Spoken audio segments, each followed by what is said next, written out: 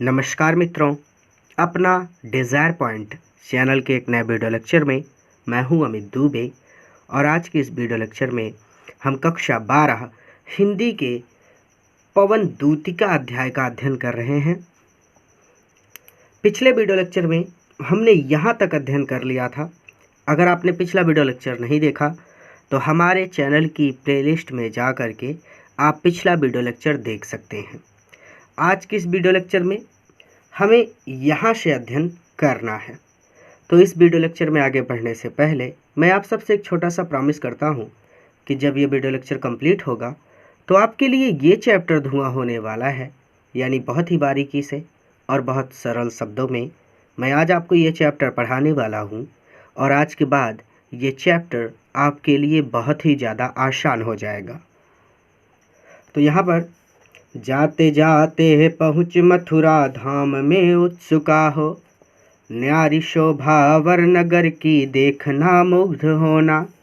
तू होवेगी चकित लख के मेरु से मंदिरों को, आभा वाले कलश जिनके दूसरे अर्क से हैं। तो यहाँ पर राधा पवन को मथुरा भेजने से पहले वहाँ के मंदिरों की शोभा का बखान कर रही हैं।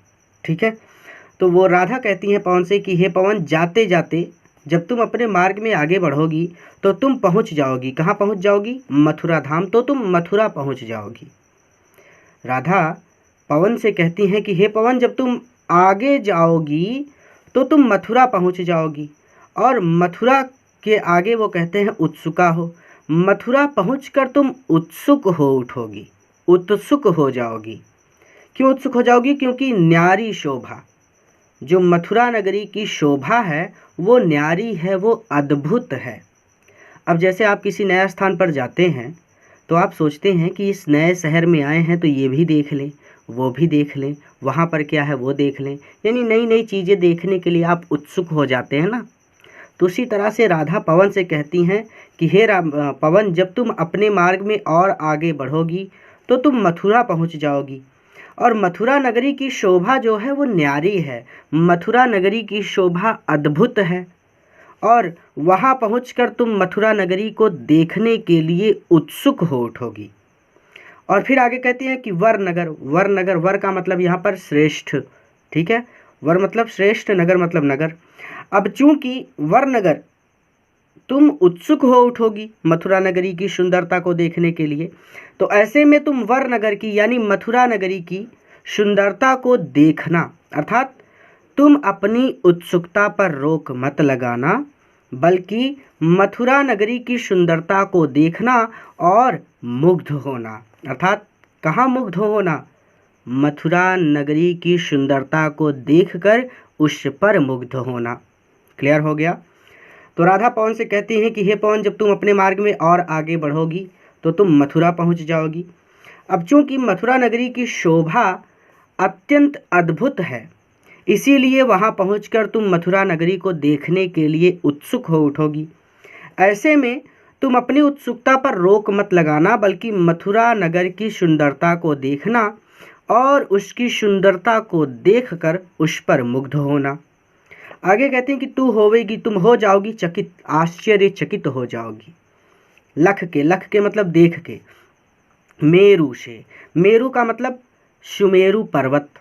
सुमेरु पर्वत जो है ना वो बहुत ऊंचा है। ठीक है, तो सुमेरु, मेरु के आगे सु जोड़ दीजिए, सुमेरु हो जाएगा। ठीक है, तो सुमेरु पर्वत से ऊंचे ऊंचे मंदिरों को, हे पवन, तुम मथुरा पहुंचकर सुमेरु पर्वत के समान ऊंचे ऊंचे मंदिरों को देख करके आश्चर्यचकित हो उठोगी। या फिर इसे ऐसे भी पढ़ाया जा सकता है कि राधा पवन से कहती हैं कि हे पवन, तुम मथुरा के सुमेरु पर्वत जैसे ऊंचे ऊंचे मंदिरों को देख के आश्चर्यचकित हो उठोगी। आभा वाले कलश, जिसमें रखे हुए कलश, मंदिरों के ऊपर कलश रखे जाते हैं, आप सबने देखा होगा। तो जिन पर रखे हुए कलश आभा वाले हैं, आभा वाले मतलब प्रकाशित या फिर चमकीले, तो जिन पर रखे हुए कलश बहुत चमकीले हैं दूसरे अर्क से, अर्क मतलब सूर्य, जो मतलब उन मंदिरों पर रखे हुए कलश सूर्य के ही समान आभा वाले हैं, सूर्य के ही समान चमकते हुए हैं या फिर चमकीले हैं। तो रिवीजन कर लेते हैं ताकि डाउट ना हो। तो राधा पवन से कहती हैं कि हे पवन, जब तुम अपने मार्ग में और आगे बढ़ोगी तो तुम मथुरा पहुंच जाओगी और मथुरा नगरी की शोभा बहुत अद्भुत है। ऐसे में तुम मथुरा नगरी को देखने के लिए उत्सुक हो उठोगी। तो ऐसी स्थिति में तुम अपनी उत्सुकता पर रोक मत लगाना, बल्कि मथुरा नगरी की सुंदरता को देखना और उसकी सुंदरता को देखकर उस पर मुग्ध होना। तुम मथुरा के सुमेरु पर्वत के जैसे ऊंचे ऊंचे मंदिरों को देख करके आश्चर्यचकित हो उठोगी, जिन मंदिरों पर रखे हुए कलश सूर्य के समान ही चमकीले हैं। क्लियर है? आगे चलें। अब याद रखिएगा, सुमेरु पर्वत, ये जो सुमेरु पर्वत है ये सबसे ऊंचा पर्वत माना जाता है। रामायण वगैरह में इसका आपको उल्लेख मिल जाएगा। तो मथुरा के जो मंदिर है ना, वो सुमेरु पर्वत जैसे हैं, अर्थात सुमेरु पर्वत जिस प्रकार बहुत ऊंचा है उसी प्रकार मथुरा के मंदिर भी बहुत ऊंचे ऊंचे हैं। यहाँ पे डाउट मत रखिएगा मन में, ठीक है। तो यहाँ पर कहने का सीधा सीधा मतलब यही है कि मथुरा के जो मंदिर हैं वो सुमेरु पर्वत से ही बहुत ऊंचे ऊंचे हैं, या फिर मथुरा के जो मंदिर हैं वो सुमेरु पर्वत के समान बहुत ऊंचे ऊंचे हैं। और हे पवन, तुम ऐसे मंदिरों को देखकर आश्चर्यचकित हो उठोगी। ये चीज़ यहाँ पर कही गई है। अब इसमें कोई डाउट नहीं है, आगे चल सकते हैं। आगे कहती हैं, देखे पूजा समय मथुरा मंदिरों मध्य जाना, नाना वाद्यों मधुर स्वर की मुग्धता को बढ़ाना, की वाले के रुचिर तरु के शब्दकारी फलों को धीरे धीरे मधुर रव से मुग्ध हो बजाना। अब कहते हैं कि देखे, देखना, हे पवन देखना, पूजा समय अगर पूजा अर्चना हो रही हो मथुरा मंदिरों में, मथुरा के मंदिरों में, तो तुम मध्य जाना, तो तुम मंदिर के मध्य चली जाना। अर्थात अगर मथुरा के मंदिरों में पूजा अर्चना की जा रही हो तो उस समय तुम मथुरा के मंदिरों में ही चली जाना और वहाँ पर बज रहे नाना वाद्यों, नाना मतलब विभिन्न प्रकार के वाद्य, वाद्य मतलब ढोल, सितारा, हारमोनियम, बांसुरी, ये सब वाद्य यंत्र हैं जो संगीत के लिए प्रयोग किए जाते हैं। तो वहाँ पर भी बज रहे विभिन्न प्रकार के वाद्य यंत्रों की मधुर स्वर की मुग्धता। तो मधुर स्वर की मुग्धता यानी मधुरता को बढ़ाना, तुम और बढ़ा देना। कहने का मतलब तुम मंदिर के अंदर इस प्रकार से बहना कि अगर किसी कोने में मंदिर की आवाज़ ना जा रही हो उन वाद्य यंत्रों की, तो वहाँ पर भी आवाज़ पहुँच जाए।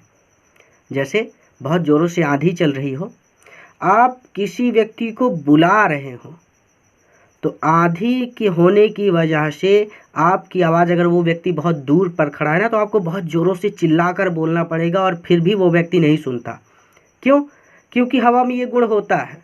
आप सब जानते हैं कि हवा के माध्यम से ही ध्वनि तरंगें आगे बढ़ती हैं। तो हवा में ये गुण होता है कि वो जिस दिशा में बहती है उसी ओर अपनी ध्वनियों को लेकर चल देती है, ठीक है। तो वही चीज़ वो कह रही कि तुम उन ध्वनियों की मुग्धता को बढ़ाना, अर्थात तुम इस तरह से मंदिर में जाना कि अगर मंदिर के किसी कोने में उन वाद्य यंत्रों की ध्वनि ना पहुंच रही हो तो वहाँ पर भी पहुंच जाए, ये कहने का मतलब है, ठीक है। लेकिन ये समझने की बात थी। अब इसको लिखेंगे कैसे? लिखेंगे इसको ऐसे कि हे पवन, अगर मथुरा के मंदिरों में पूजा अर्चना की जा रही हो तो तुम मंदिर में ही चली जाना और वहाँ पर बज रहे विभिन्न प्रकार के वाद्य यंत्रों की मधुर स्वर की मुग्धता यानी मधुरता को तुम और बढ़ा देना। अब आगे कीवा, कीवा का मतलब होता है या नहीं तो, ठीक है। या नहीं तो लेके रुचिर तरु, रुचिर का मतलब होता है मनोहर या फिर अच्छा। तुम्हें जो तरु, तरु मतलब वृक्ष, तुम्हें जो तरु अच्छा लगे उसके शब्दकारी फलों को ले लेना, उसके शब्द रूपी फलों को ले लेना। अब ये शब्द रूपी फल क्या है? शब्द रूपी फल जैसे लौकी होती है ना, तो अगर आप गांव से बिलोंग करते हैं तो आप लोगों ने देखा होगा कि पेड़ में जब लौकी के फल लगते हैं, वो जब बहुत ज़्यादा पक जाते हैं और पक कर एकदम सूख जाती है लौकी, तो जब आप उसको तोड़ लेते हैं और ज़मीन पर एक दो बार पटक देते हैं, तो जब उस लौकी को आप उछालते हैं ना, तो उसमें से छन छन की आवाज़ होती है। जैसे घुंघरू से आवाज़ होती है, डमरू से आवाज़ होती है, उसी प्रकार लौकी से भी आवाज़ होती है, छन्न छन्न की आवाज़ करता है।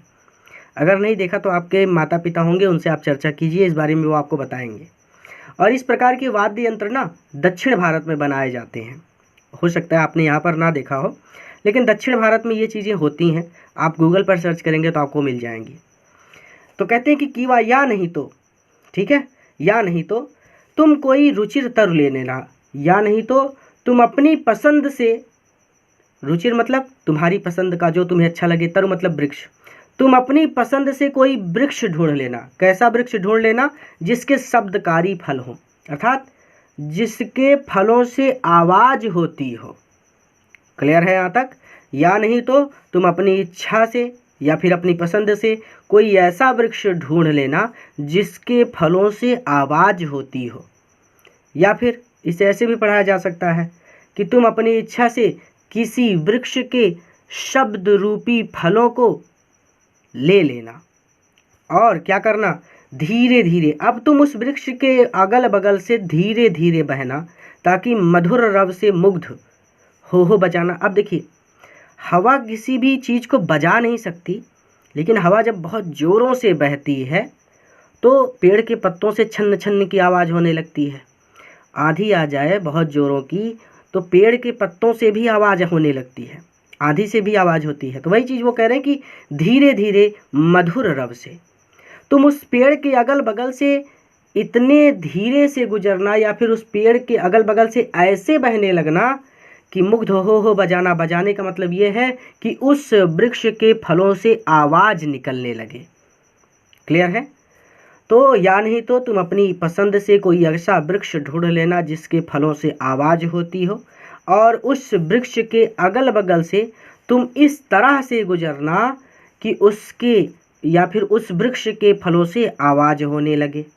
रिवीजन कर लें तो राधा पवन से कहती हैं कि हे पवन, अगर मथुरा के मंदिरों में पूजा अर्चना हो रही हो तो तुम मंदिर में ही चली जाना, और वहाँ पर बज रहे विभिन्न प्रकार के वाद्य यंत्रों की मधुरता को तुम और बढ़ा देना।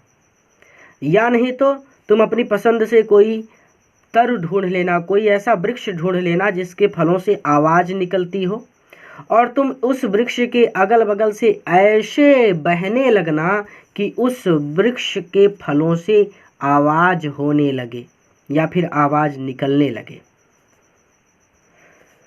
तू देखेगी जलद तन को जा वहीं तग्धता हो, होंगे लौने नयन उनके ज्योति उत्कीर्णकारी, मुद्रा होगी वरवदन की श्री मूर्ति सौम्यता की, सीधे साधे वचन उनके सिक्त होंगे सुधा से। अब यहाँ पर ये पहली बात तो ध्यान से समझिए कि ये बहुत ज़्यादा इम्पॉर्टेंट है। ये कई बार बोर्ड एग्ज़ाम में पूछा गया है, 2009 में भी, 8 में भी, 6 में भी, 4 में भी, 3 में भी, 2 में भी, 1 में भी। यानी इसको बहुत अच्छी तरह से समझिएगा। तो अब राधा पवन से कहती है कि तुम भगवान श्री कृष्ण को पहचानोगी कैसे। यानी यहाँ पर पवन को पहचान बता रही हैं भगवान श्री कृष्ण की।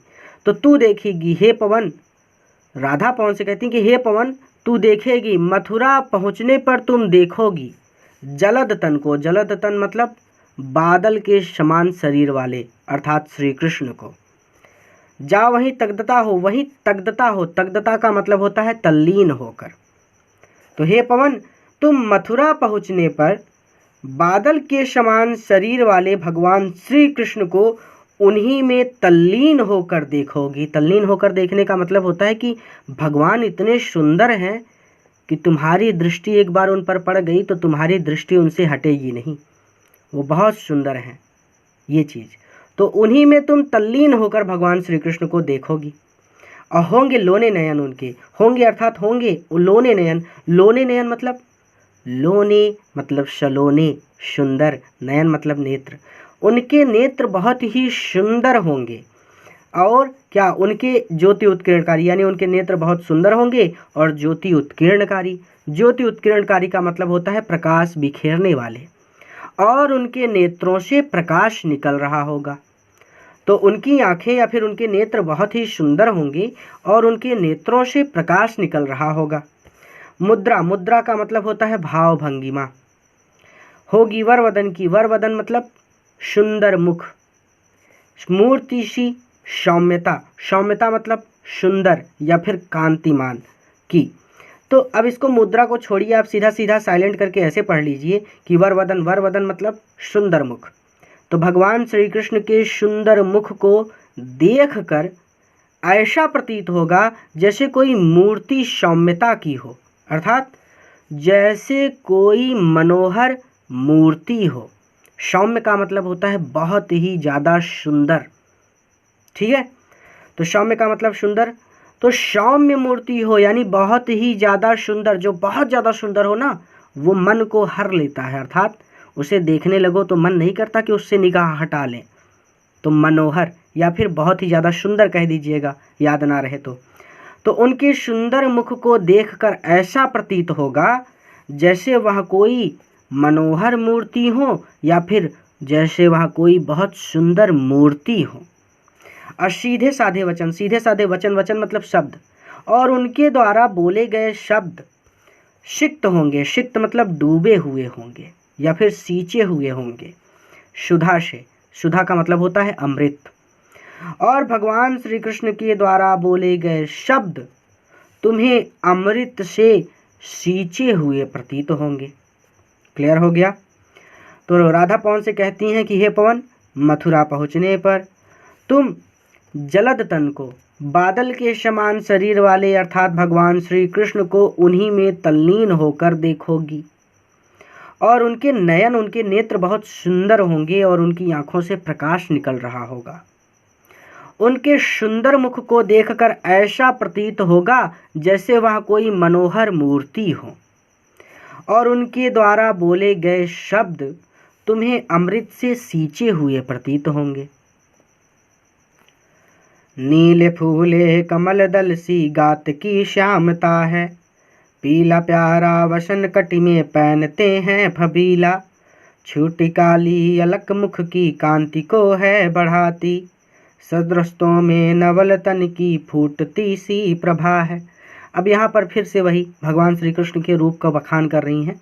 कहते हैं कि नीले फूले कमल दल सी गात की श्यामता है। हम सब जानते हैं कि भगवान श्री कृष्ण श्यामले रंग के हैं, सांवले रंग के हैं। श्यामता का मतलब सांवला रंग, ठीक है। तो सांवलापन भी कह सकते हैं। तो नीले मतलब नीले, फूले मतलब खिले हुए, कमल दल, कमल दल यानी खिले हुए कमल के समूह, दल मतलब समूह। तो कमल दल यानी कमल का समूह, शी के जैसी, गात की भगवान श्री कृष्ण की श्यामता, सांवला रंग है। तो राधा पवन से कहती हैं कि हे पवन, भगवान श्री कृष्ण के शरीर या फिर भगवान श्री कृष्ण का शरीर नीले खिले हुए कमल के समूह के ही जैसे सांवले रंग का है, ठीक है। अब पीला, पीला या फिर पीला मतलब पीला कपड़ा या फिर पीतांबर या फिर पीला वस्त्र। प्यारा, वसन कटि में, कटि में वसन कटि मतलब कटि का मतलब होता है कमर। तो भगवान श्री कृष्ण अपनी कमर में पीला कपड़ा पहनते हैं, पीतांबर पहनते हैं या फिर पीला वस्त्र पहनते हैं। पहनते हैं मतलब यहाँ पर लिखा ही है कि पहनते हैं। और फबीला, फबीला का मतलब होता है सुंदर दिखने वाला। तो भगवान श्री कृष्ण अपनी कटी में, अपनी कमर में पीतांबर पहनते हैं। पीतांबर का मतलब पीला वस्त्र पहनते हैं और वो फबीला है जो बहुत ही सुंदर लगता है, ठीक है। तो अब यहाँ पर याद रखिएगा, अगर आप पीतांबर लिख देते हैं तो बहुत ही अच्छी बात है। तो आप इसको ऐसे लिख दीजिएगा कि भगवान श्री कृष्ण अपनी कमर पर पीतांबर अर्थात पीला वस्त्र पहनते हैं जो फबीला है। फबीला मतलब जो बहुत सुंदर लगता है। छोटी काली अलक, अब देखिए अलक का मतलब होता है बाल, केश, ठीक है। तो अब देखिए लड़कियां जब बाल बांधती हैं अपने, तो वो अपने एक दो बाल आगे चेहरे पर लटका लेती हैं। तो उसी तरह से वो कहती हैं कि छोटी काली अलक, उनके बालों से लटकी एक लट उनके मुख की कांति को, कांति मतलब सुंदरता को, उनके मुख की सुंदरता को बढ़ा देती है, यानी और ज़्यादा बढ़ा देती है। तो उनके बालों से लटकी एक लट उनके मुख की सुंदरता को और बढ़ा देती है। सवस्त्रों में, सवस्त्रों मतलब सदवस्त्र का मतलब होता है सुंदर कपड़े। नवल तन, नवल मतलब नया, तन यानी शरीर, भगवान श्री कृष्ण का शरीर। फूटती सी प्रभा, प्रभा का मतलब प्रकाश या फिर दीप्ति। तो प्रकाश ही कहेंगे। ठीक है। और सद्वस्त्रों में यानी सुंदर वस्त्र धारण किए हुए भगवान श्री कृष्ण के सुंदर शरीर से फूटती सी प्रभा है, प्रकाश की किरणें निकलती रहती हैं। ठीक है। तो सुंदर वस्त्र धारण किए हुए भगवान श्री कृष्ण के शरीर से प्रकाश की किरणें फूटती रहती हैं, निकलती रहती हैं। ठीक है।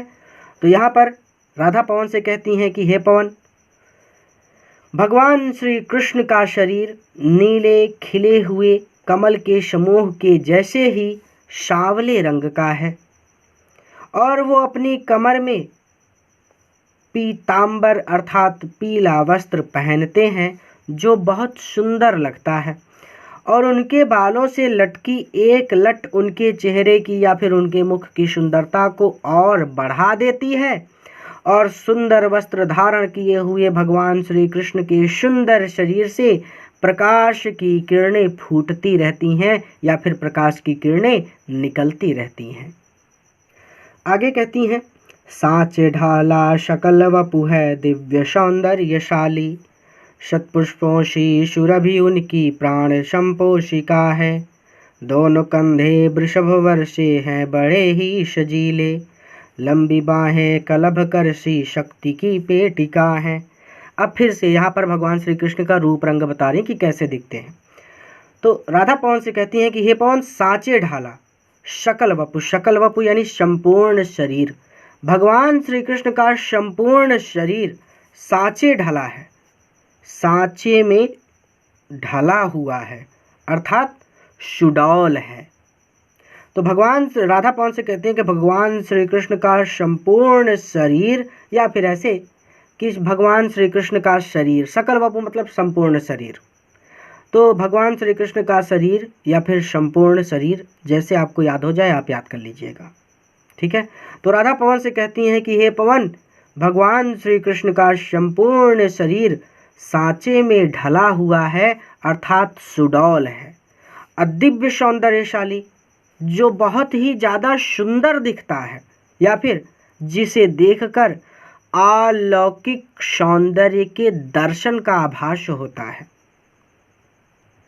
तो दिव्य सौंदर्यशाली इसे ऐसे भी याद कर सकते हैं कि भगवान श्री कृष्ण बहुत सुंदर दिखते हैं या फिर भगवान श्री कृष्ण के शरीर को देखकर अलौकिक, दिव्य मतलब अलौकिक, सौंदर्यशाली यानी सौंदर्य के दर्शन का आभास होता है। तो जैसे आपको याद हो जाए। ठीक है। तो ऐसे भी कह सकते हैं कि राधा पवन से कहती हैं कि हे पवन, भगवान श्री कृष्ण का संपूर्ण शरीर साँचे में ढला हुआ है अर्थात सुडौल है, जिसे देखकर अलौकिक सौंदर्य के दर्शन का आभास होता है। या फिर इसका सीधा सीधा मतलब ये है कि भगवान श्री कृष्ण बहुत ही ज़्यादा सुंदर हैं। शतपुष्पोषी, शतपुष्पोषी सुरभि और शतपुष्पोषी, शतपुष्पों का मतलब सुगंधित पुष्पों के जैसी, सुरभ सुगंध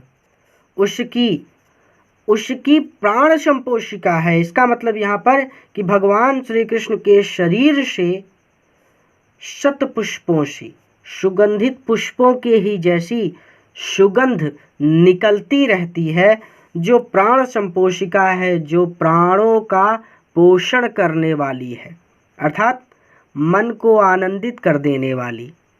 जैसे कोई बहुत महकता हुआ पुष्प हो, आप उसे सूंघ लें तो आपका मन आनंदित हो जाता है। जैसे कोई बहुत अच्छा सेंट हो, उसे आप सूंघ लें तो आपका मन आनंदित हो जाता है। इसीलिए तो लोग सेंट लगाते हैं ताकि लोग उनकी खुशबू की ओर आकर्षित हो जाएं। ठीक है ना। तो भगवान श्री कृष्ण के शरीर से निकलने वाली सुगंधित पुष्पों के जैसी सुगंध प्राणों का पोषण करने वाली है अर्थात मन को आनंदित कर देने वाली है। और दोनों कंधे, और उनके दोनों कंधे वृषभ वर से हैं। वृषभ वर मतलब बैल, वृषभ वर मतलब यहाँ पर सीधा सीधा है उत्तम कोटि के षाण। तो दोनों कंधे, उनके दोनों कंधे वृषभ वर उत्तम कोटि के षाण के से हैं, षाण के जैसे हैं। अब बड़े ही सजीले अर्थात यहाँ पर कहने का मतलब है कि बड़े ही सजीले अर्थात भगवान श्री कृष्ण की जो कंधे हैं ना वो बहुत बलिष्ठ हैं। तो दोनों कंधे वृषभ वर्ष से हैं, अर्थात भगवान श्री कृष्ण के कंधों को देखकर ऐसा लगता है जैसे वो उत्तम कोटि के सांड के कंधे हों और बड़े ही सजीले, यानी उनके कहने का मतलब सीधा सीधा ये है कि भगवान श्री कृष्ण के कंधे बहुत बलिष्ठ हैं। लंबी बाहें, और भगवान श्री कृष्ण की जो बाहें हैं वो लंबी लंबी हैं। भगवान श्री कृष्ण की भुजाएं लंबी लंबी हैं, कलभ करसी, हाथी के सूंड के ही जैसी। और शक्ति की पेटियां हैं, शक्ति की पेटियां शक्ति की पिटारी हैं, अर्थात बहुत शक्तिशाली हैं। और भगवान श्री कृष्ण की भुजाएं हाथी के सूंड की ही तरह लंबी लंबी और बहुत शक्तिशाली हैं। तो अब रिवीजन करेंगे। तो सबसे पहले राधा पवन से कहती हैं कि हे पवन, भगवान श्री कृष्ण का संपूर्ण शरीर सांचे में ढला हुआ है, अर्थात सुडौल है, जिसे देखकर अलौकिक सौंदर्य के दर्शन का आभास होता है। और उनके शरीर से निकलने वाली सुगंधित पुष्पों की जैसी सुगंध प्राणों का पोषण करने वाली है, अर्थात मन को आनंदित कर देने वाली है। और भगवान श्री कृष्ण के कंधों को देखकर ऐसा प्रतीत होता है जैसे वो उत्तम कोटि के सांड के कंधे हों, अर्थात भगवान श्री कृष्ण के कंधे बहुत बलिष्ठ हैं। और भगवान श्री कृष्ण की भुजाएं हाथी के सूंड की ही तरह लंबी लंबी हैं और बहुत शक्तिशाली हैं। अब आगे, राजाओं सा सिर पर लसा दिव्या पीड़ होगा, शोभा होगी उभय श्रुति में स्वर्ण के कुंडलों की, नाना रत्ना कलित भुज में मंजू के यूर होंगे, मोतीमाला लसित उनका कंबुशा कंठ होगा। यहाँ पर सीधे सीधे कहने का मतलब यही है कि राधा भगवान श्री कृष्ण की पहचान बता रही हैं कि वो कैसे दिखेंगे, क्योंकि मथुरा में तो बहुत से लोग होंगे। तो राधा बता रही कि तुम उनको इस तरह से पहचान लेना, उनका रूप रंग ऐसा है। कहती कि राजाओं सा, किसी राजा की ही तरह सिर पर, भगवान श्री कृष्ण के सिर पर लसा दिव्य आपीड़ होगा। आपीड़ का मतलब सीधा सीधा मुकुट से है। तो राधा पवन से कहती हैं कि हे पवन, भगवान श्री कृष्ण के सिर पर किसी राजा की ही तरह सुंदर मुकुट होगा, शोभा होगी, और वो शोभा होगी अर्थात शोभायमान होंगे या फिर सुंदर लग रहे होंगे। उभय श्रुति में, उभय श्रुति मतलब उनके दोनों कानों में, स्वर्ण मतलब सोने के कुंडलों की यानी कुंडल होंगे। और भगवान श्री कृष्ण के दोनों कानों में सोने के कुंडल होंगे जो बहुत सुंदर लग रहे होंगे। शोभा मतलब सुंदर। इसे ऐसे भी पढ़ सकते हैं कि भगवान श्री कृष्ण के दोनों कानों में स्वर्ण कुंडलों से सुशोभित होंगे। सॉरी, गड़बड़ हो गया। भगवान श्री कृष्ण के दोनों कान स्वर्ण कुंडलों से या फिर सोने के कुंडलों से सुशोभित होंगे। जैसा आपको याद हो जाए, आप ऐसे भी बोल सकते हैं कि भगवान श्री कृष्ण के दोनों कानों में सोने के कुंडल होंगे जो बहुत ही सुंदर लग रहे होंगे। नाना रत्न कलित, नाना मतलब विभिन्न प्रकार के रत्न कलित, रत्नों से जड़ा भुज, उनकी दोनों भुजाओं में मंजू केयूर मतलब भुजबंद होंगे यानी होंगे। और उनकी दोनों भुजाओं में विभिन्न प्रकार के रत्नों से जड़ित भुजबंद होंगे। या फिर ऐसे भी पढ़ सकते हैं कि उन्होंने अपनी दोनों भुजाओं में विभिन्न प्रकार के रत्नों से जड़ित भुजबंद धारण किए हुए होंगे। और मोतीमाला लसित अर्थात मोती माला होगी, मोतियों की माला होगी। उनका कंबुशा कंठ यानी कंठ मतलब गला, और कंबुशा यानी शंख जैसा। उनकी शंख जैसी गर्दन में, उनकी शंख जैसी सुंदर गर्दन में उन्होंने मोतियों की माला धारण की होगी या फिर मोतियों की माला पहनी होगी। ठीक है। तो राधा पवन को भगवान श्री कृष्ण का रूप बताते हुए कहती हैं कि हे पवन, भगवान श्री कृष्ण के शरीर पर किसी राजा की ही तरह सुंदर मुकुट होगा। और उनके दोनों कानों में उन्होंने सोने के कुंडल पहन रखे होंगे जो बहुत ही सुंदर लग रहे होंगे, और उनकी दोनों भुजाओं में विभिन्न प्रकार के रत्नों से जड़ित भुजबंद उन्होंने धारण किए हुए होंगे, और उनकी शंख जैसी सुंदर गर्दन में उन्होंने मोतियों की माला पहनी होगी। आगे कहती हैं, तेरे में है ना यह गुण जो तू व्यथाएं सुनाए, व्यापारों को प्रखर मतियों युक्तियों से चलाना, बैठे जो हो निज सदन में मेघ सी कांति वाले, तो चित्रों को इस भवन के ध्यान से देख जाना। अब आसान शब्दों में ऐसे समझिए कि जब भगवान श्री कृष्ण का रूप रंग उन्होंने बता लिया, तो अब कहती हैं कि जब तुम भगवान श्री कृष्ण को पहचान लोगी तो उसके बाद तुम क्या करोगी। अब कहती हैं कि तेरे में, तुझ में है ना, नहीं है यह गुण, ये गुण। हे पवन, तुम में यह गुण नहीं है जो तू व्यथाएं सुनाए, जो तुम मेरी व्यथाएं, मेरे कष्टों को भगवान श्री कृष्ण को बोल कर सुना सको, क्योंकि पवन के पास मुख नहीं है ना। तो राधा पवन से कहती हैं कि हे पवन, तुम में यह गुण नहीं है कि तुम मेरे कष्टों को भगवान श्री कृष्ण को बोलकर सुना सको। व्यापारों को, इसीलिए मेरे द्वारा भेजे गए संदेश को भगवान श्री कृष्ण तक पहुँचाने में तुम अपनी प्रखर मति मतलब तीव्र बुद्धि, मति मतलब बुद्धि, और युक्तियों, तीव्र बुद्धि और युक्तियों, युक्ति का सीधा सीधा मतलब होता है यत्न या फिर उपाय, लेकिन हम यहाँ पर युक्ति का मतलब सीधा सीधा कहेंगे विवेक। तुम अपनी तीव्र बुद्धि और विवेक का प्रयोग करते हुए निम्न क्रिया व्यापारों के माध्यम से अपना कार्य चलाना, यानी अपना कार्य पूरा करना। ठीक है, तो निम्न क्रिया व्यापारों यानी निम्न क्रियाकलापों से, लेकिन हम यहाँ पर निम्न क्रिया व्यापार बोलेंगे क्योंकि पवन जो है ना वो बोल कर नहीं सुना सकती भगवान श्री कृष्ण को। ठीक है, तो राधा पवन से कहते हैं कि तुम में यह गुण तो नहीं है कि तुम मेरे कष्टों को भगवान श्री कृष्ण को बोल कर सुना सको, इसीलिए तुम मेरे द्वारा भेजे गए संदेश को भगवान श्री कृष्ण तक पहुँचाने में अपनी तीव्र बुद्धि और विवेक का प्रयोग करते हुए निम्न क्रिया व्यापारों या फिर उचित क्रिया व्यापारों के माध्यम से चलाना, अर्थात अपना कार्य पूरा करना। अब बैठे जो हो, यदि बैठे हुए हो निज सदन में, निज मतलब अपने, सदन मतलब भवन में, घर में, मेघ सी कांति वाले, मेघ सी कांति वाले, मेघ मतलब बादल, कांति वाले, बादलों जैसी कांति वाले, या फिर बादलों के समान सांवले रंग वाले भगवान श्री कृष्ण।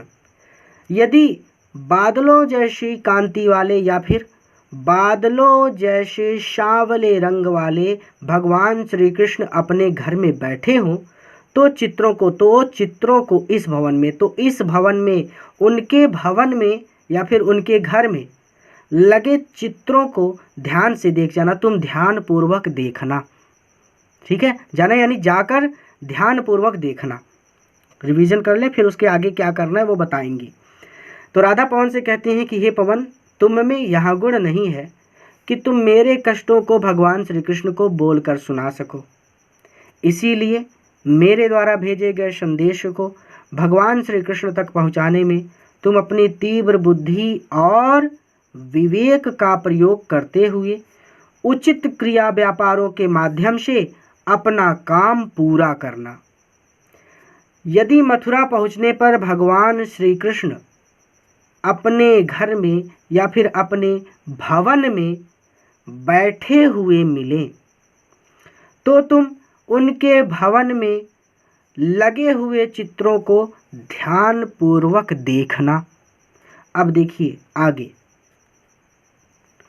जो चित्रों में विरह विथुरा का मिले चित्र कोई, तो जाके निकट उसको भाव से यूं हिलाना, प्यारे हो के चकित जिससे चित्र की ओर देखें, आशा है यों सूरती उनको हो सकेगी हमारी। राधा कहती हैं कि जो चित्रों में, जो भवन में लगे चित्रों में, ठीक है, यानी भवन में उसने राधा ने कहा ना कि तुम वहाँ पर लगे चित्रों को ध्यान से देखना, तो अब वो कहते हैं कि जो इस भवन में लगे हुए चित्रों में विरह विथुरा, किसी वियोग से व्यथित स्त्री का मिले चित्र, कोई चित्र मिले। राधा कहती हैं कि हे पवन, यदि तुम्हें उन चित्रों में वियोग से व्यथित किसी स्त्री का चित्र मिले तो जाके निकट, तो तुम उस चित्र के निकट चली जाना, तो तुम उस चित्र के पास चली जाना और उसको भाव से यूं हिलाना और उसके पास पहुंचकर उसे इस भाव से हिलाना कि प्यारे हो चकित, कि मेरे प्यारे भगवान श्री कृष्ण चकित होकर, आश्चर्यचकित होकर चित्र की ओर देखें, उस चित्र की ओर देखने लगे। आशा है, मुझे ये आशा है यो सूरती, कि इस चित्र को देखकर भगवान श्री कृष्ण को सूरती हो सकेगी, याद हो सकेगी उनको हमारी। मुझे ये आशा है कि उस दुखी स्त्री का चित्र देखकर उन्हें हमारी याद आने लगेगी। यानी इसके कहने का मतलब यहाँ पर यह है कि अर्थात उन्हें आभास होने लगेगा कि इसी स्त्री की तरह राधा भी विरह की अग्नि में जल रही है। ठीक है, तो रिवीजन कर लें कि राधा पवन से कहती हैं कि भवन में लगे चित्रों में अगर तुम्हें कोई विरह विथुरा का चित्र दिखाई पड़े, अर्थात यदि भवन में लगे उन चित्रों में तुम्हें किसी वियोग से व्यथित स्त्री का चित्र दिखाई पड़े तो तुम उस चित्र के पास चली जाना और उसको इस भाव से हिलाना कि मेरे प्रियतम भगवान श्री कृष्ण आश्चर्यचकित होकर उस चित्र की ओर ही देखने लगे। और मुझे ये विश्वास है या फिर मुझे ये आशा है कि उस दुखी स्त्री के चित्र को देखकर भगवान श्री कृष्ण को हमारी याद आने लगेगी। थोड़ा सा बढ़ाकर लिखेंगे, हमारी याद आने लगेगी, अर्थात उन्हें आभास होगा कि इसी स्त्री की तरह मैं भी विरह अग्नि में जल रही हूँ। बढ़ा लेंगे, इतना कर लेंगे, आगे चलेंगे। जो कोई भी इस सदन में चित्र उद्यान का हो, आह प्राणी विपुलोश में घूमते बावले से, तो जाके सन्निकट उसके हिला के उसे भी देवात्मा को श्रुति ब्रज के व्याकुलों की कराना। अब कहते हैं कि जो कोई भी इस सदन में, अगर भगवान श्री कृष्ण के सदन में, अगर भगवान श्री कृष्ण के घर में कोई भी चित्र हो, उद्यान का, उद्यान मतलब बगीचे का, अगर भगवान श्री कृष्ण के घर में तुम्हें कोई बगीचे का चित्र दिखाई पड़े और हो प्राणी, और उसमें जो प्राणी हो विपुल घूमते, वो घूम रहे हो बावले से, पागलों की तरह, और उसमें यानी उस चित्र के बगीचे में जो प्राणी हो, ठीक है, तो अब आप इसको ऐसे कह दीजिएगा कि उस बगीचे में जो जीव जंतु हो वो पागलों की तरह घूम रहे हो। ठीक है, क्लियर है? ये बगीचा कहाँ है? चित्र में, फोटो में। ठीक है, तो अब ऐसे बोलेंगे, थोड़ा सा ऑकवर्ड लगेगा अगर आप ऐसे बोलते हैं कि उस चित्र में जो बगीचा है उसमें जो प्राणी हैं, ये गड़बड़ हो जाएगा। तो आप इसको सीधा सीधा पढ़ लीजिएगा, क्योंकि आप जानते हैं कि ये बगीचा फ़ोटो में है, इमेज में है, तस्वीर में है। तो आप इसको ऐसे पढ़ लीजिएगा कि अगर उस बगीचे में सभी जीव जंतु पागलों की तरह घूम रहे हों तो जाके सन्निकट, तो तुम उस चित्र के निकट चली जाना और उसे और हिला देना, और उसको भी यानी उसे भी हिलाना, उसे भी हिला देना। तो तुम उस चित्र के सन्निकट चली जाना, यानी उस चित्र के पास चली जाना और उसको भी हिला देना, देवात्मा को। और इस प्रकार से देवात्मा को यानी इस प्रकार से भगवान श्री कृष्ण को सुरति याद आएगी, ब्रज के व्याकुलों की कराना, यानी ब्रज के व्याकुलों की, उनकी याद में व्याकुल ब्रजवासियों की याद कराना, याद दिलाना, अर्थात इस तरह से भगवान श्री कृष्ण को उनकी याद में व्याकुल ब्रजवासियों की याद आने लगेगी। तो रिवीजन कर लें। राधा पवन से कहते हैं कि हे पवन, अगर भगवान श्री कृष्ण के घर में तुम्हें कोई बगीचे का चित्र दिखाई पड़े और उस बगीचे में सभी जीव जंतु पागलों की तरह घूम रहे हों, यानी पागलों की तरह इधर उधर घूम रहे हो, तो तुम उस चित्र के भी पास चली जाना और उसको भी यानी उसको भी हिला देना, और देवात्मा को अर्थात तुम उसको भी हिला देना, ताकि भगवान श्री कृष्ण को उस चित्र को देखकर उनकी याद में व्याकुल ब्रजवासियों की याद आ जाए। कोई प्यारा कुसुम कुम्हला गेह में जो पड़ा हो, तो प्यारे के चरण पर ला डाल देना उसी को। यो देना है पवन बतला फूल सी एक बाला, म्लाना हो कमल पग को चूमना चाहती है। अब यहाँ पर कहती हैं राधा कि हे पवन, यदि तुम्हें भगवान श्री कृष्ण के गेह में, भगवान श्री कृष्ण के घर में, गेह मतलब घर, हे पवन, अगर भगवान श्री कृष्ण के घर में तुम्हें कोई कुसुम, कुम्हला, कुसुम का मतलब होता है फूल, कुम्हला मतलब होता है मुरझाया हुआ या फिर प्रभाहीन मतलब मुरझाया हुआ। तो राधा पवन से कहते हैं कि हे पवन, यदि तुम्हें भगवान श्री कृष्ण के घर में कोई सुंदर मुरझाया हुआ पुष्प या फिर मुरझाया हुआ फूल पड़ा हुआ दिखाई दे, तो प्यारे के चरण पर, तो मेरे प्यारे भगवान श्री कृष्ण के चरण पर, चरणों पर, पैरों पर ला डाल देना उसी को, उसी पुष्प को तुम उड़ाकर डाल देना। तो यानी हवा चलती है तो पत्ते वगैरह तो उड़ने लगते हैं ना, वही चीज़, तो उड़ाकर डाल देना। और यो देना, और इस तरह से ए पवन, हे पवन, बतला देना, यानी इस तरह से उन्हें ये बतला देना, अर्थात अब पवन बोलकर बतला नहीं सकती, अर्थात इसका मतलब ऐसे पढ़ा जाएगा कि इस तरह से भगवान श्री कृष्ण को आभास हो सकेगा कि फूल सी, कि इसी मुरझाए हुए फूल की ही तरह एक बाला, एक बालिका, म्लाना हो, म्लाना का मतलब होता है उदास, तो इसी फूल की तरह एक उदास बालिका कमल पग को, उनके कमल पग को, उनके कमल पग, कमल पग का मतलब होता है कमल रूपी चरण, उनके कमल चरणों को चूमना चाहती है।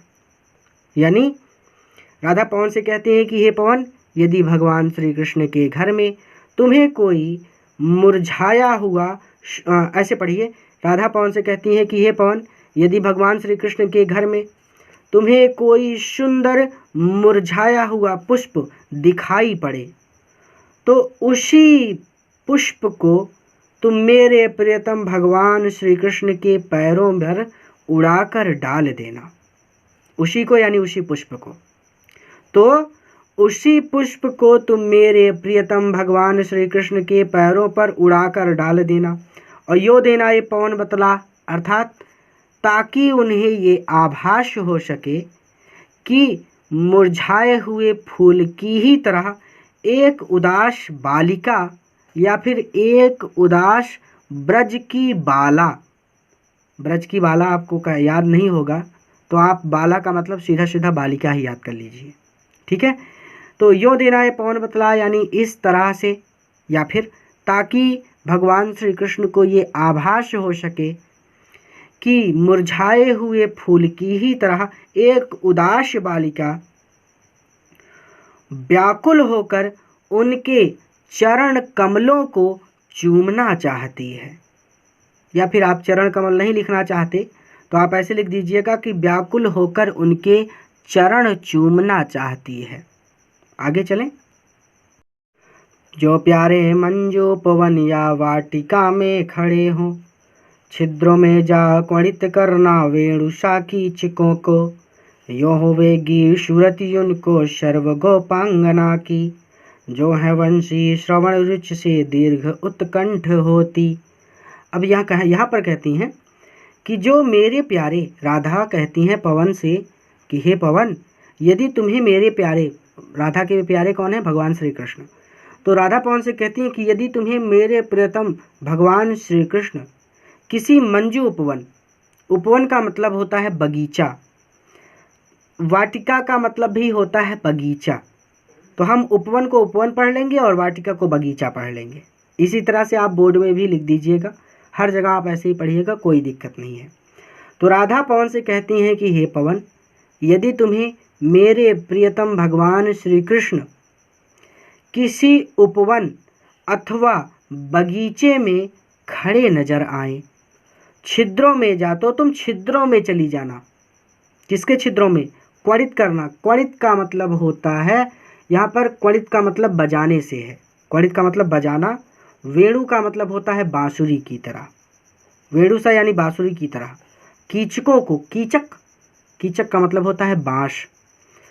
तो तुम बांसों के छिद्रों में जा, तो तुम बांसों के छिद्रों में चली जाना और उन्हें वेणुसा और उन्हें बांसुरी की तरह क्वड़ित करना, बजाना।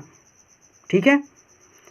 और तो तुम बांसों के छिद्रों में चली जाना और उन्हें बांसुरी सा बजाना, यानी यूँ इस तरह से होवेगी सूरत, उनको याद आएगी, उनको यानी उनको होवेगी सूरत, उन्हें याद आएगी सर्वसभी गोपांगना की, गोपियों की। यानी जब तुम बांसुरी बजाओगी तो उनको इस तरह से सभी गोपियों की याद आएगी, जो है वंशी श्रवण रुचि से, जो श्रवण मतलब सुनने के लिए, जो उनकी बंशी सुनने के लिए दीर्घ उत्कंठ होती, उत्कंठ मतलब अत्यंत व्याकुल होकर उनकी प्रतीक्षा कर रही हैं। ठीक है। तो ऐसे भी पढ़ सकते हैं कि जो उनकी बांसुरी सुनने के लिए दीर्घ उत्कंठ होती, जो उनकी बांसुरी सुनने के लिए व्याकुल हैं। तो राधा पवन से कहती हैं कि हे पवन, यदि मेरे प्रियतम भगवान श्री कृष्ण तुम्हें किसी उपवन या बगीचे में खड़े दिखाई दें, तो तुम कीचकों के, तो तुम बांसों के छिद्रों में चली जाना और उन्हें यानी उन बांसों को बांसुरी की तरह बजाना। इस तरह से भगवान श्री कृष्ण को सभी गोपियों की याद आ जाएगी, जो उनकी बांसुरी सुनने के लिए अत्यंत व्याकुल हैं। लाके फूले कमल दल को श्याम के सामने ही, थोड़ा थोड़ा विपुल जल में व्यग्र हो डुबाना। यो देनाए भगिनी जतला एक अम्भोज नेत्रा, आँखों को हो बिरह बिथुरा वारी में बोरती है।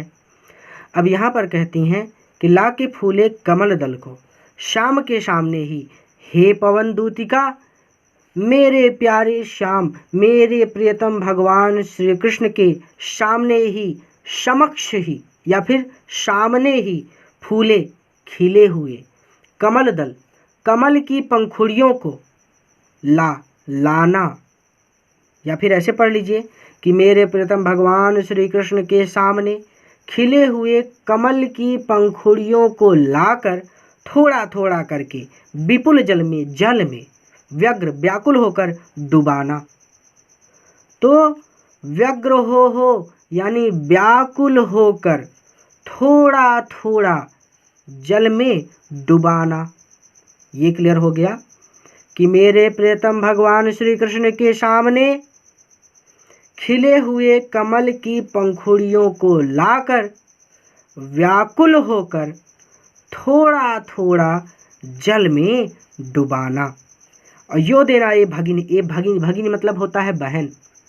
हे बहन, यो देना इस प्रकार से जतला देना, इस प्रकार से भगवान श्री कृष्ण को आभास हो जाएगा कि एक अम्भोज नेत्रा, अम्भोज नेत्रा मतलब कमल के समान नेत्र वाली, कि एक कमल के समान या फिर कमल के जैसे नेत्रों वाली राधा अपनी आँखों को विरह विथुरा यानी वियोग में व्यथित होकर, भगवान श्री कृष्ण के वियोग में व्यथित होकर वारी में बोरती है। वारी में बोरती है अर्थात आंसुओं में डुबोए रखती है। बोरना यानी जल में डुबोना, बोरना गांव की भाषा में हम लोग कहते हैं कि इसको पनिया में बोर दो, तो बोरना मतलब डुबोना।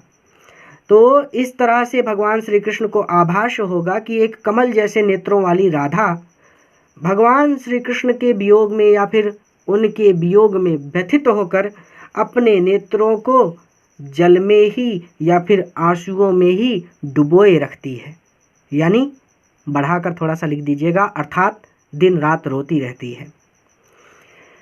तो हे पवन, तुम मेरे प्रियतम भगवान श्री कृष्ण के सामने खिले हुए कमल की पंखुड़ियों को व्याकुल होकर थोड़ा थोड़ा जल में डुबाना। यानी जैसे जल है और कमल है, तो यानी एक बार ऐसे डुबो दिया और फिर उठा लिया, फिर डुबो दिया, फिर उठा लिया, फिर डुबो दिया, फिर उठा लिया। यानी इस तरह से थोड़ा थोड़ा करके डुबोना। ठीक है, जैसे आंसू भी बहते तो एक बूंद ढटक, आंखों से आंसू की एक बूंद ढुढ़क आई, फिर थोड़ी देर बाद दूसरी आएगी, फिर तीसरी आएगी, थोड़ा थोड़ा टाइम लेके। तो राधा पवन से कहती हैं कि हे पवन, मेरे प्रियतम भगवान श्री कृष्ण के सामने तुम खिले हुए कमल की पंखुड़ियों को लाकर व्याकुल होकर थोड़ा थोड़ा जल में डुबोना।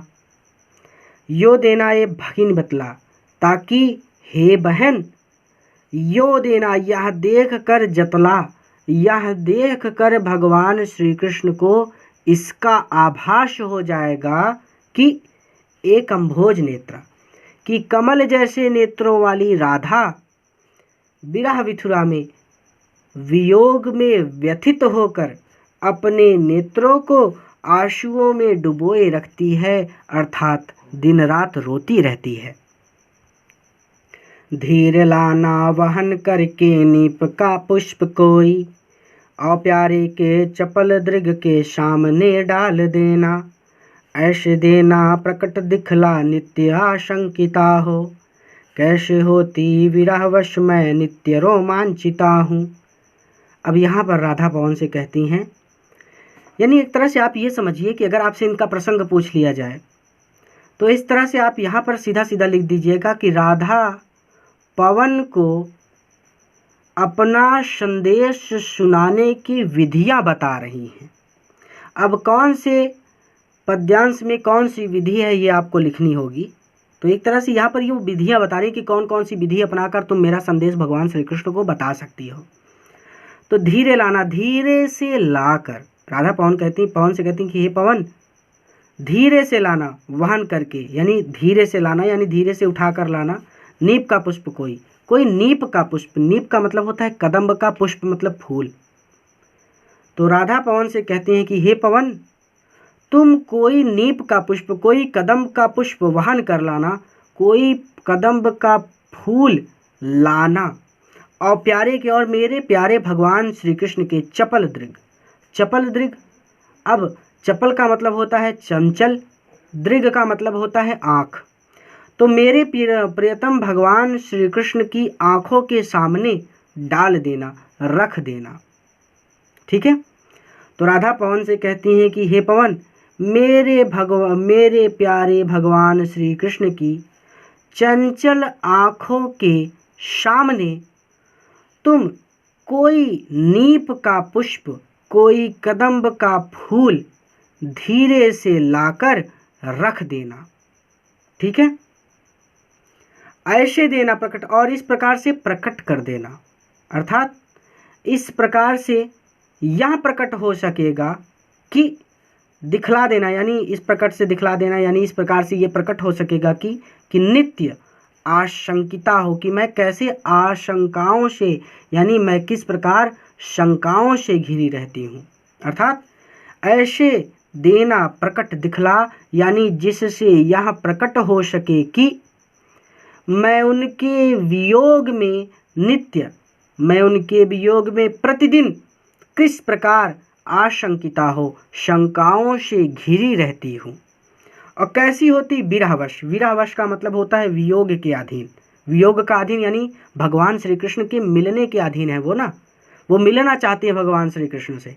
तो और मिलन की आस में, भगवान श्री कृष्ण से मिलन की आस में मैं नित्य रोमांचिता हूँ, मैं बार बार रोमांचित होती हूँ। अर्थात मैं बार बार कदम्ब के फूल की ही तरह रोमांचित हो उठती हूँ। अर्थात मैं सोचती हूँ कि कब भगवान आएंगे और मुझसे मिलेंगे, और मैं शंकाओं में इसलिए घिरी रहती हूँ कि किस दिन भगवान आएंगे, आज आएंगे कि कल आएंगे कि परसों आएंगे कि नरसों आएंगे, कब आएंगे। और रोमांचित इसलिए हो उठती हूँ कि जब मैं उनसे मिलूंगी तो मैं बड़ी प्रसन्न हो जाऊंगी। ठीक है।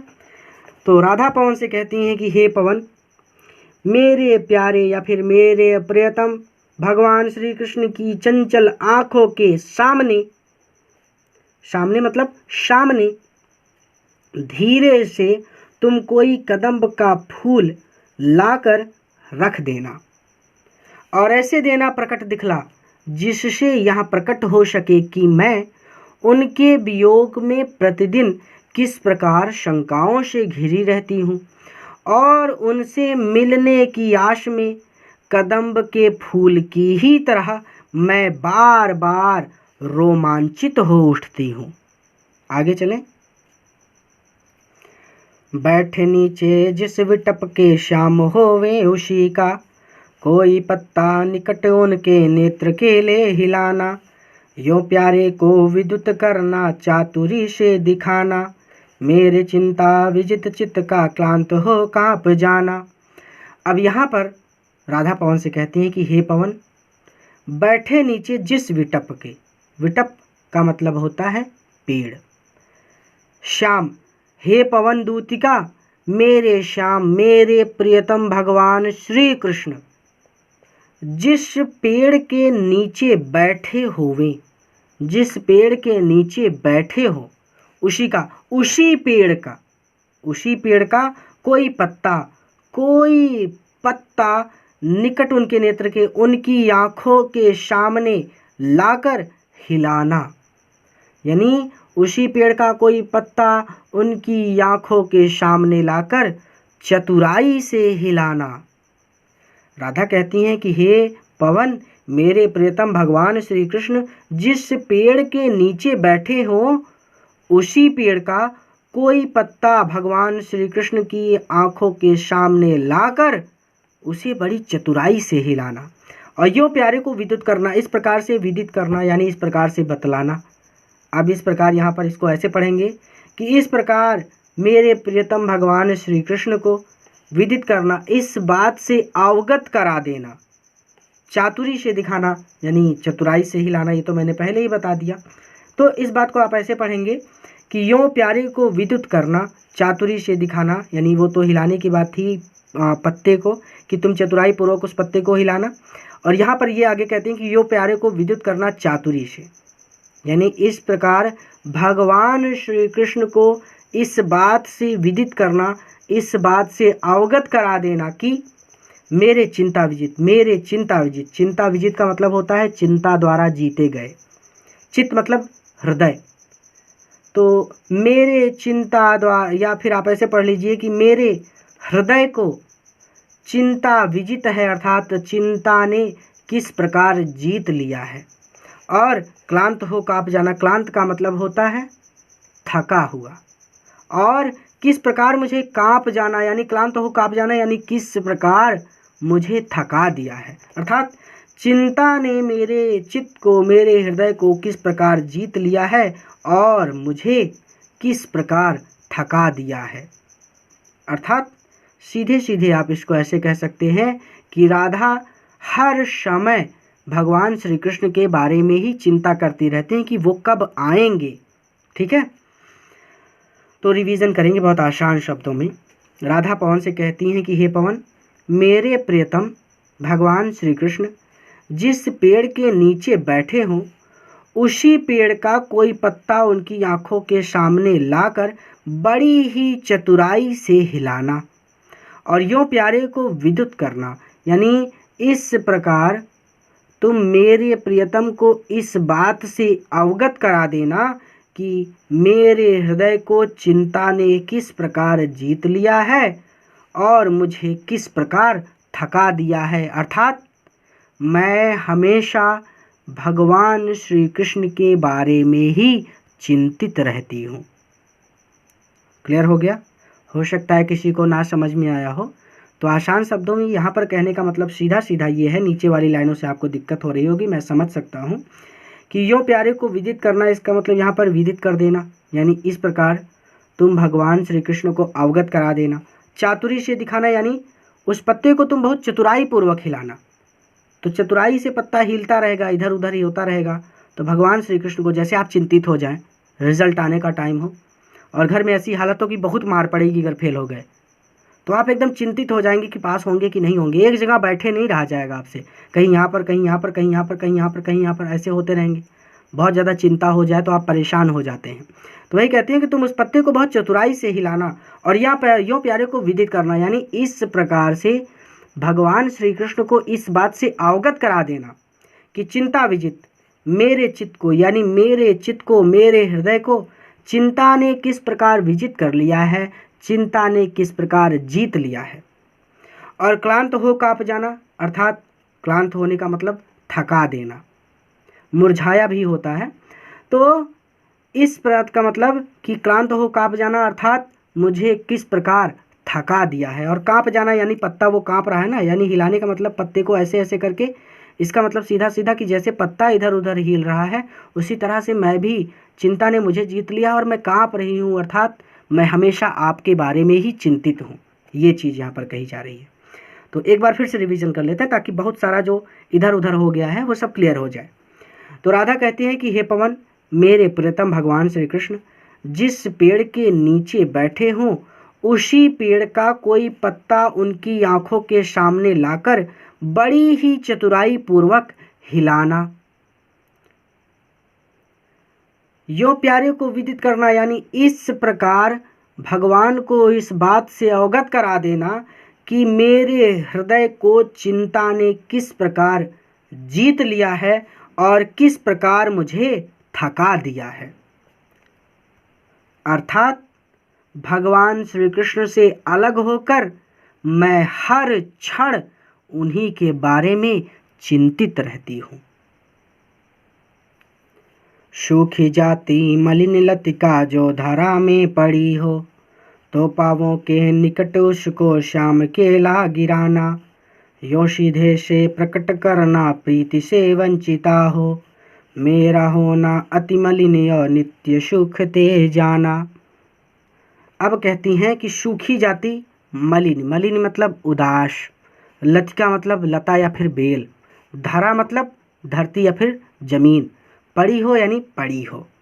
राधा पवन से कहती हैं कि यदि मथुरा की धरा पर, यदि मथुरा की भूमि पर तुम्हें कोई मलिन लतिका, तुम्हें कोई मुरझाई हुई लता दिखाई पड़े, ठीक है, तो सूखी और मलिन, सूखी का मतलब होता है सूखी, मुरझाई हुई, मलिन मतलब उदास, तो जब उदास हो जाए यानी मुरझा जाना एक तरह से, ठीक है।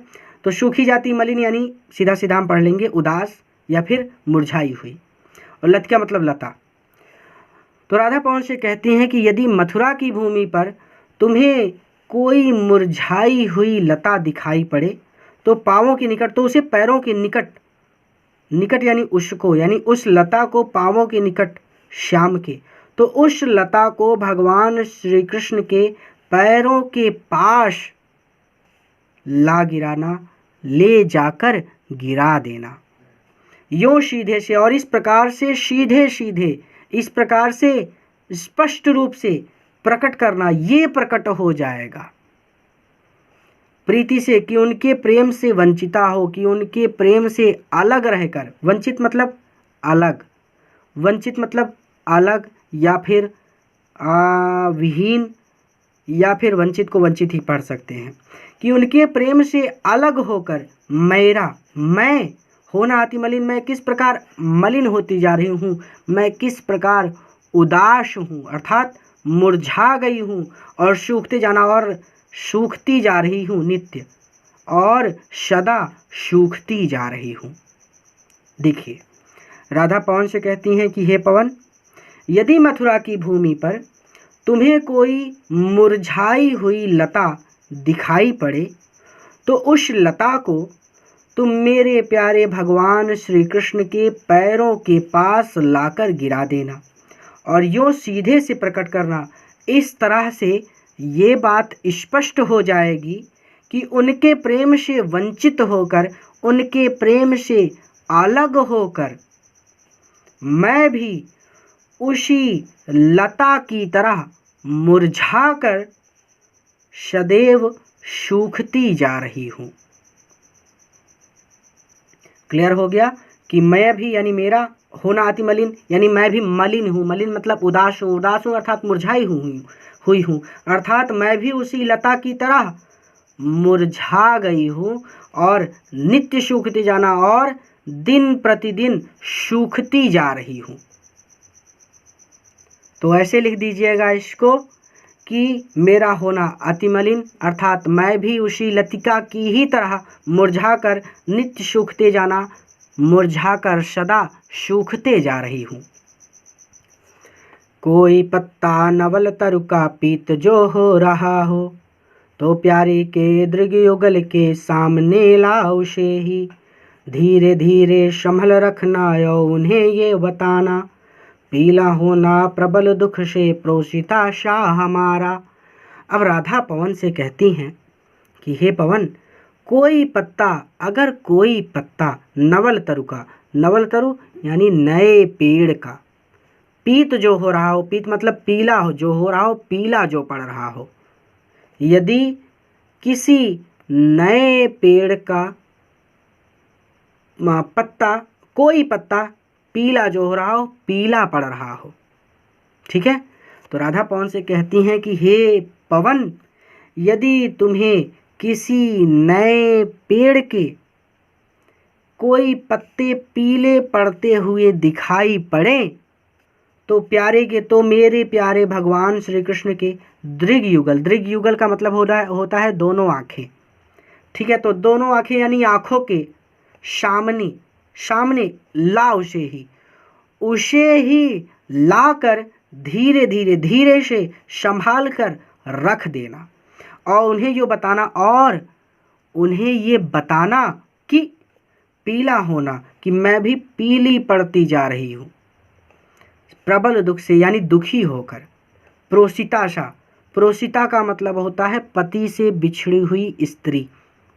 तो उनको ये बताना कि मैं भी पति से बिछड़ी हुई स्त्री की ही तरह पीली पड़ती जा रही हूँ। क्लियर हो गया।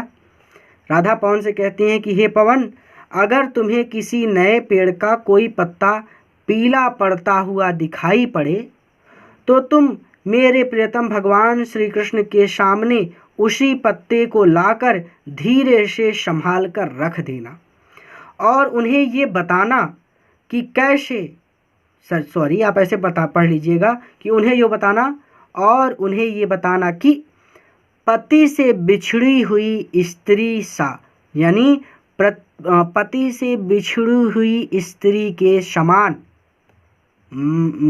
हमारा यानी मैं भी पीला होना, नित्य पीली पड़ती जा रही हूँ। प्रबल दुख से यानी दुखी होकर, पति से बिछड़ी हुई स्त्री दुखी हो जाती हैं, तो वही चीज़ दुखी होकर। अब इसको बढ़ा चढ़ा कर लिखने की कोई आवश्यकता नहीं, ये स्पष्ट है।